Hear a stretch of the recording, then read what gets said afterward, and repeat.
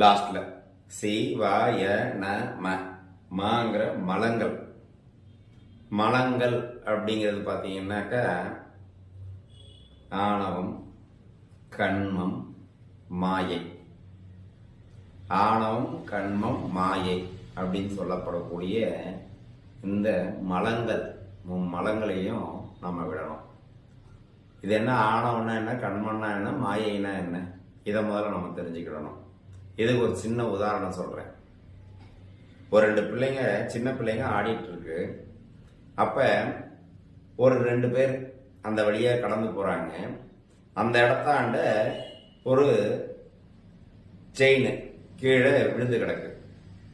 அந்த பிள்ளைங்க அங்க விளையாடிட்டு இருக்காங்க. அங்க ஒரு செயின் ஒன்று விழுந்து கிடக்கு. இந்த செயினுக்கு ஒருவேளை அந்த பிள்ளைங்க சொந்தக்காரங்களா இருக்கலாம், இல்லாமலும் போகலாம், அது அப்பாற்பட்டது.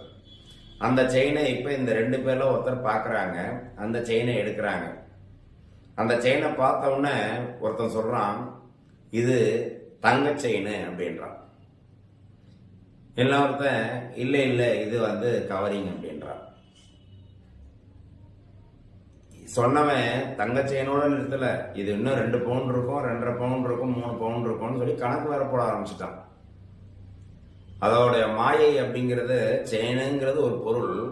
அந்த பொருள்ல இருக்கக்கூடிய தன்மையானது தங்கமாக அவனுக்கு கண்களுக்கு புலப்பட்டு அந்த தங்கத்துடைய வேல்யூவை போட வைத்து அதுக்கு இவ்வளவு மதிப்பு அப்படிங்கிறத வரைக்கும் அவன் கொண்டு போய் எடுத்து போய் சேர்க்கிற அளவுக்கு மைண்ட் ஓடிட்டு இருக்கு. இதுதான் அவனுடைய மாயை. இப்ப அதோட அப்படியே முன்னாடி போ. இந்த மாயை என்னன்றதை தெரிஞ்சுக்கிட்ட கண்மம்.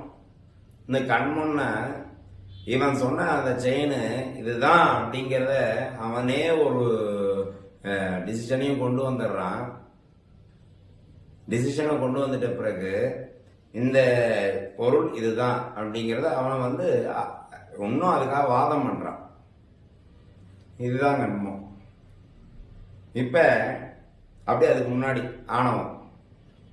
இப்ப இந்த பொருள் பாத்தீங்கன்னா இந்த செயின் இருக்கு இல்லையா, இது என்னுடையது, எனக்கு கிடைத்தது, இது எனக்கு கிடைத்தது, என்னுடையது, இதுக்கு இவ்வளவு வேல்யூ, இவ்வளவு பொருள் அப்படின்னு சொல்லிட்டு ஒரு ஆணவத்தை கொண்டாம் பாத்தீங்களா.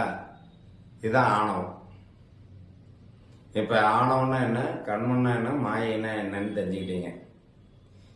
இது 3 மலங்கள். இந்த 3 மலமும் உனக்கு வராம இருக்கணும்னா அந்த செயினை நீ எங்க எடுத்தியோ அங்க இருந்த விளையாடிட்டு இருந்த அந்த பசங்க கிட்ட ஒரு வார்த்தை இது யாருக்குமா உங்களுதா அப்படின்னு கேட்டு இருந்தீங்கன்னாக்கா, ஒருவேளை அது அவங்களுதான் இருந்து அதை கொடுத்துட்டு இருந்தீங்கன்னா